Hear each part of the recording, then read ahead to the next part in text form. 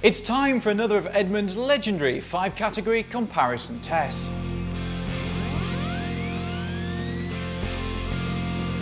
Hello, I'm Alistair Weaver, and as always I'm your host and referee. James Riswick is advocating the Ford Fusion, Mike Monticello the Honda Accord. The first category up is performance. Mike, make a case for the Honda. Well, I have a feeling my good friend James over there is going to rag on the Accord for having a continuously variable transmission, but I'll counter and say that the CVT in the Accord is actually one of the very best in the world, really well tuned, does very little of the high RPM windup that CVTs are known for. And let's also remember that the Accord V6 comes with a traditional 6-speed automatic transmission. It does 0 to 60 in 7.8 seconds, which is quicker than the Fusion with the smaller turbo engine. And the Accord V6 is really quick, does 0 to 60 in 6.1 seconds versus 6.9 seconds for the larger Fusion 2-liter turbo. You really have to wring out the Accord to get it that quick, and frankly, I don't think a lot of drivers are going to be doing that.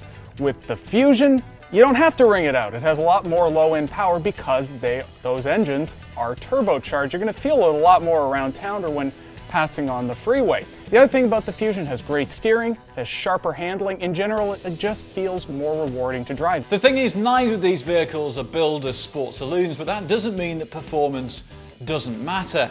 And for me, it's the Honda that just nicks it. Moving on to comfort, James is the Ford Fusion of fine furnishings.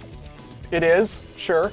But you know, we actually tested the Accord and the Fusion in a full-on comparison test in their hybrid versions, and all of our editors agreed that the Fusion was the more comfortable, quiet car to drive. It's very plush. It has the most comfortable seats. It is the more comfortable ride. It is quieter, therefore it should win this section of the comparison test. I will say that the Fusion's front seats are a little better at enveloping you than the Accords, but that also makes them a little bit harder to get in and out of. The Accord's front seats are flatter, but they have legitimate all-day comfort. And the rear seat in the Accord is absolutely gigantic, and I'd say that it is the most comfortable in the class. For me, rear seat space has always been hugely important, particularly if you're a family. And for that reason alone, the Honda gets my point. In more general terms, Mike, tell me about the Honda's interior. Well, again, both these cars really similar interior volume. The Accord has 119.0 cubic feet, the Fusion 118.8. But the Accord's interior feels more open and airy, less claustrophobic than the more highly styled Fusion. So what separates these cars? It's the interior controls. The Accord has nice large buttons, solid feeling controls, and I'd rather have the dual screen setup of the Accords.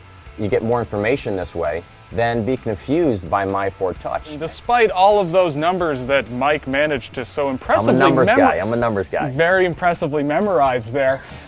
In the real world, you know, it's not really that much of a difference. You still have plenty of room for full-size adults in the back, and I know for a fact that a rear-facing child seat can fit quite easily in the Fusion.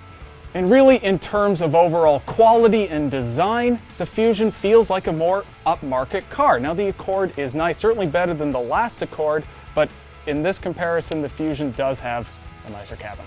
Now, for me, both these cars need better infotainment systems, but for its more sophisticated feel, I'm going with the Ford. So, James, you're finally on the board, but tell me, how much value do you get with the Fusion? Both these cars give you a lot of stuff for your money. It gives you a lot of space.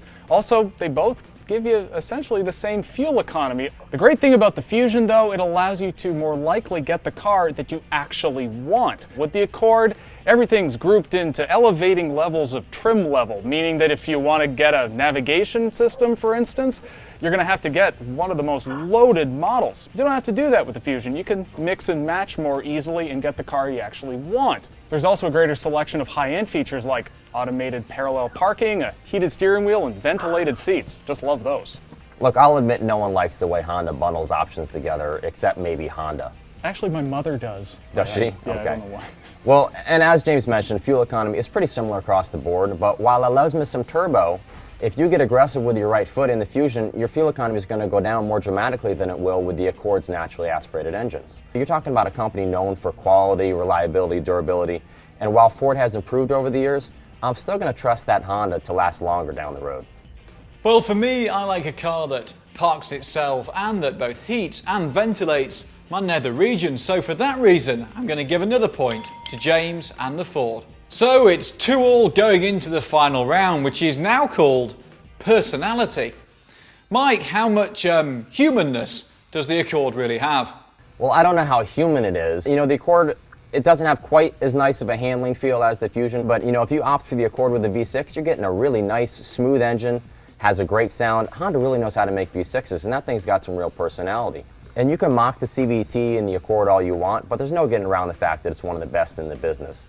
In terms of personality, the Fusion is absolutely the winner here. I mean, just look at the thing. This isn't a great looking car just for a family sedan. It's a great looking car, period. But in terms of being fun to drive as well, you got those turbocharged engines, you got a traditional automatic transmission, you have sharper steering, better handling. It is a more enjoyable car to drive.